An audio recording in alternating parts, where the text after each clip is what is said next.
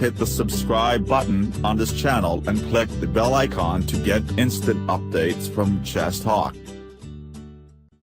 Hello chess friends, welcome to Chess Talk. I am Jitendra Advani. In today's video, I am going to share with you an amazing chess opening trick by which you can gain significant advantage in the first few moves. This secret trick is also called the fried liver attack. This is an advanced chess strategy to trap your opponent and ultimately win the game. So stay tuned till the end, and while watching this video, if you have any questions or doubts, feel free to ask them in the comment section below. I will be happy to answer and help you out. So without further ado, let's get started.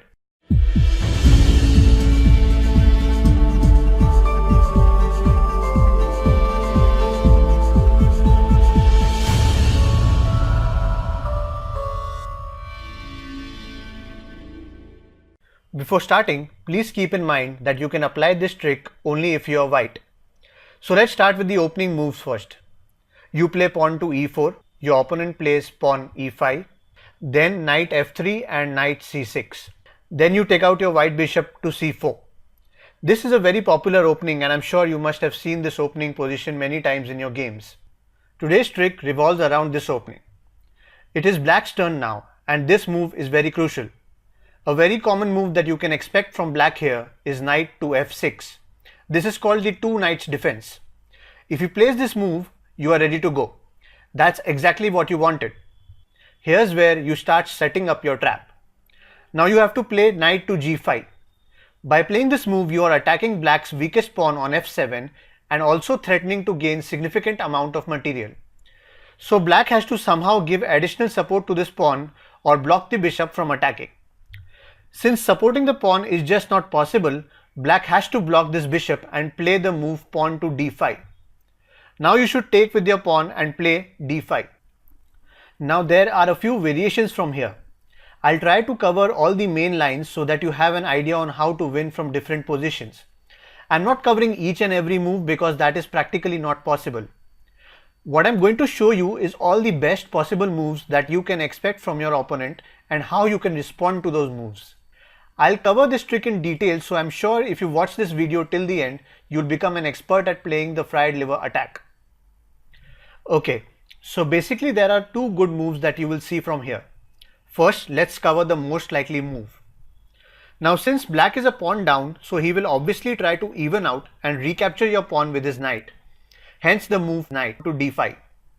Now it's time to surprise your opponent. So you will play this beautiful sacrifice, that is knight to f7. As you can see now, black is left with no option. He will have to capture the knight with his king, otherwise your knight can easily capture either the queen or rook in his next move. Black has now also lost his right to castle. It's your turn, so now you play queen to f3. It's check to black.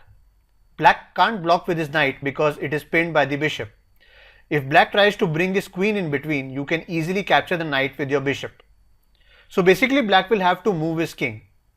If he moves to g8, bishop captures the knight, check, queen captures check, bishop blocks, and finally queen captures the bishop and it's checkmate. If black moves to e7, e8 or g6, you can easily capture the knight with your bishop. So those are not such good moves for black. The best move for black would probably be to move his king to e6 so that he can support his knight. If he plays this, all you have to do is play knight to c3. This puts additional pressure on the d5 knight. From here on, black basically has two good moves to support his d5 knight. First is to move his knight to b4. This move not only supports his other knight, but it also threatens to capture the c2 pawn to double attack the white king and rook. Your next move here should be to play pawn a3. You must be wondering, why are we playing this move? Let me explain the idea behind this. Look, our main aim here is to open up the game since the black king is in the center. By playing this move, we are forcing the knight on b4 to move and hence weakening the support behind the d5 knight, which is guarding the black king. We just want to move this knight right away because if we wait, black will easily move his pawn forward on the next move and support his knight on d5. Plus our rook is not that important because it is not that active. So this is actually a very good move considering the situation of the game. Now moving forward, the obvious move for black here would be to capture pawn on c2 and give check. After you move your king to d1, black knight will capture your rook on a1. This is completely fine. Now you have to capture the knight on d5. As you can see now, the black king is very vulnerable. In the next move, we are threatening to give double check, by which we could then capture the rook on a8. Therefore now black will have to move his king to d6. Your next move should now be pawn to d4. As I mentioned earlier, the idea behind this is to open up the black king and to then bring your bishop and rook into play. If black captures your pawn, then you can give check by playing bishop to f4, and then once the king moves, you can easily capture the pawn on c7. This would be a very bad position for black and you should easily win it from here.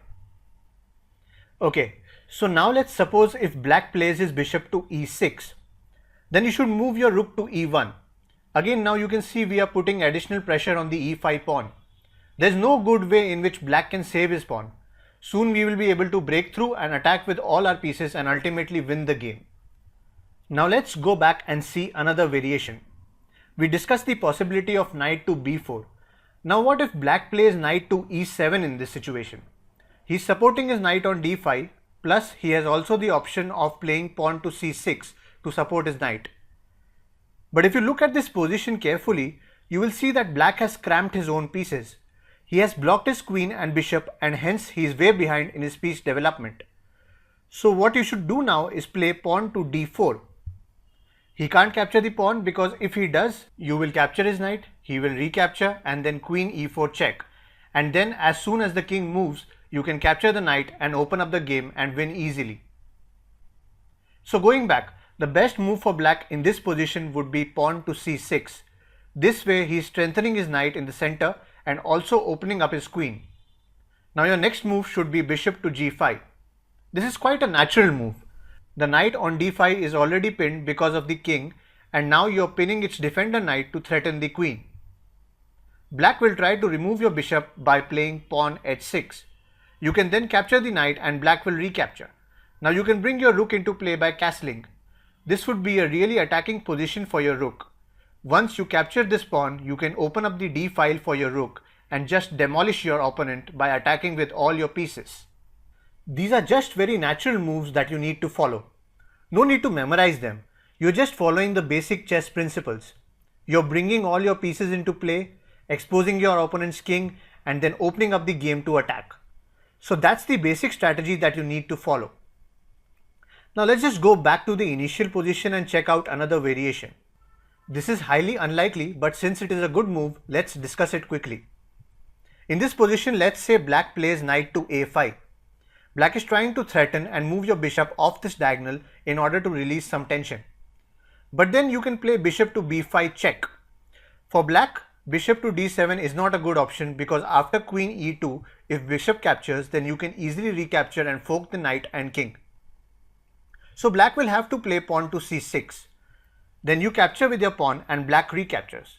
Now you should play queen to f3. If you evaluate the position now, you can clearly see that white is a pawn up and also he is ahead in development. This is actually a very good position for white, which can be further developed to ultimately win the game. So that's it guys, hope you enjoyed this chess video. Don't forget to like this video if you found it useful. Hit the subscribe button below to enjoy more such chess videos. For some interesting chess tips, tricks and puzzles, you can like my Facebook page. Links are in the description box below. Thanks for watching and I shall see you soon.